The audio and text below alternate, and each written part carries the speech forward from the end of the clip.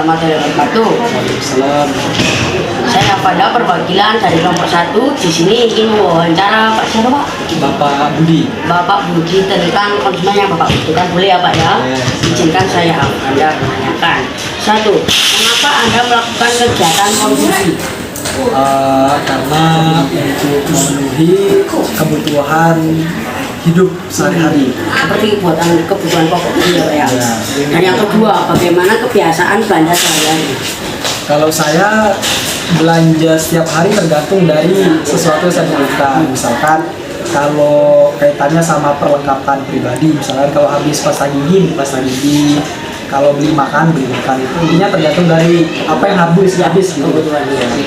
Nah, yang ketiga, cenderung suka berbelanja online apa offline dan alasannya apa? Tergantung ya. Kalau sekiranya membutuhkan barang untuk keperluannya aja, misalkan kayak perlengkapan apa gitu yang tidak ada di toko, bisa pesan online. Tapi kalau ada, kita beli offline. Tapi kebanyakan beli ini sih offline. Iya. Online-nya sesekali. Iya.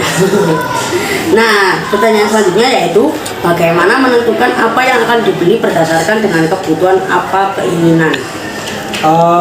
Ya kebutuhan sih ya. Kalau keinginan itu kan bisa ditunda gitu. Kalau kebutuhan itu, kalau kita tidak membeli sesuatu yang kita butuhkan, maka akan ada dampaknya ke kita.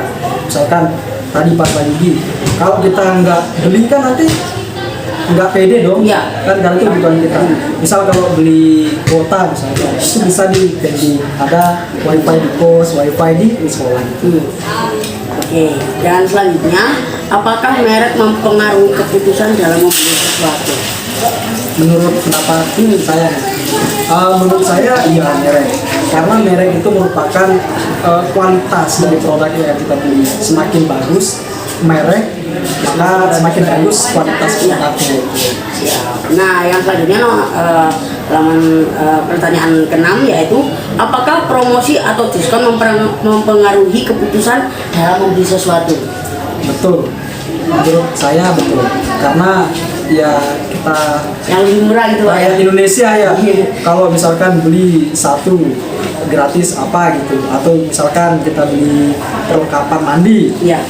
kalau kita beli ini diskon berapa persen, wah itu sangat menggiurkan sekali. Coba. Nah, pertanyaan selanjutnya yaitu apakah ketika melakukan konsumsi disesuaikan dengan budget? Ya, betul sekali. Karena kan kalau tidak cukup budget, nggak bisa kita beli sesuatu yang lebih budget itu kan. Menyamakan budget ya Pak ya? Malah kalau diusahakan bisa di press gitu, usahakan biar apa? Biar ada yang kita tabung untuk keperluan yang lain. Mata ya. Nah, selanjutnya bagaimana pengalaman Anda saat berbelanja di toko online ataupun offline? Pengalaman sih banyak ya. Jadi pengalaman berbelanja di toko online itu sangat menggiurkan sekali ya. Misal saya cari apa kemarinnya, saya cari tas kecil gitu selempang, itu budgetnya sekian, tapi kita ngelihat beberapa produk sejenis yang sekiranya ini luar biasa, tapi budgetnya lebih sedikit lebih mahal gitu. Jadi itu yang membuat kita bimbang, kita beli nggak ya atau kita pending dulu. Tapi kalau saya sih lebih baik itu di list aja dulu, kalau ada budget lebih nanti bisa dibeli. Nah, kalau untuk belanja yang offline atau di toko, paling yang mempengaruhi itu diskon. Itu aja sih kalau di belanja offline. Oke Pak, terima kasih ya Pak Budi ya tadi ya. Nah, itu pertanyaan dari tugas IPS yang diberikan oleh Bu Nurti. Terima kasih ya Pak Budi. Sama-sama. Nah, itu wawancara kita kelompok 1. Wassalamualaikum warahmatullahi wabarakatuh. Terima kasih. Teman-teman, tadi kita sudah mewawancarai Pak Budi sebagai wawancara yang ke-1, dan selanjutnya dengan Bapak siapa? Ya, Pak Rifai. Nah, ini narasumber yang akan kita wawancara. Sudah siap ya Pak ya? Ya, siap. Nah, yang pertanyaan pertama, izinkan saya menanyakan, mengapa Anda melakukan kegiatan konsumsi? Baik, mengapa saya menggunakan konsumsi? Kita tahu bahwa yang namanya konsumsi adalah menggunakan atau kita menghabiskan. Jadi konsumsi itu adalah langkah kita untuk memenuhi kebutuhan kita juga. Jadi kebutuhan pokok gitu ya Pak ya? Oke, dan 2, bagaimana kebiasaan belanja sehari-hari? Oke, dalam kegiatan belanja itu sih kalau saya ada kriteria-kriterianya.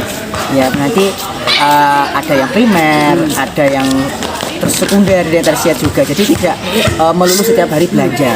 Ya Pak. Nah yang selanjutnya yaitu cenderung suka berbelanja online atau offline. Mengapa alasannya? Oke, kalau saya sih 50-50 ya sebenarnya ya, sebenarnya 50-50 ya. Kalau lebih suka itu kayak suka online ya. Nah, karena apa? Mungkin dari rumah kita bisa mengaksesnya gitu aja. Kemudian di barang bisa datang. Itu kemudahannya. Kalau offline Pak? Kalau offline sih kita bisa tahu barangnya langsung. Gitu Pak, siap. Oke, dan yang selanjutnya yaitu bagaimana menentukan apa yang akan dibeli berdasarkan dengan kebutuhan apa yang diinginkan. Baik, seperti saya bilang tadi, jadi saya akan mengklasifikasikan dulu mana barang yang termasuk primer atau kebutuhan utama, kemudian ada barang yang sekunder, dan ada kebutuhan tersier. Tapi sebenarnya tidak hanya itu aja, tapi ada 4 kriteria tersendiri gitu. Oh siap. Oke, dan selanjutnya jika Bapak membeli sesuatu terus ada merek labelnya, itu mempengaruhi keputusan Bapak untuk membeli barang itu nggak sih? Untuk merek sih sebenarnya iya ya. Saya kan ada yang bilang apa ya, harga membawa yang namanya rupa. Ya memang benar, kualitas itu tergantung pada mereknya juga di situ. Ada merek ada kualitas ya Pak ya. Terus apakah promosi atau diskon mempengaruhi keputusan dalam membeli sesuatu? Kalau diskon sih sebenarnya tidak begitu juga sih ya. Ya tadi kita kalau di rumah saya itu memang pakai yang namanya kebutuhan primernya tadi. Kita pakaikan dulu atau kita rekening dulu dari kebutuhan primernya tadi. Oke, terima kasih ya Pak. Itu pertanyaan dari wawancara saya dari kelompok Satu Jaya Banda. Mengucapkan terima kasih sebesar-besarnya ya. sama-sama. Dan itulah wawancara dengan Pak Rifai. Terima kasih.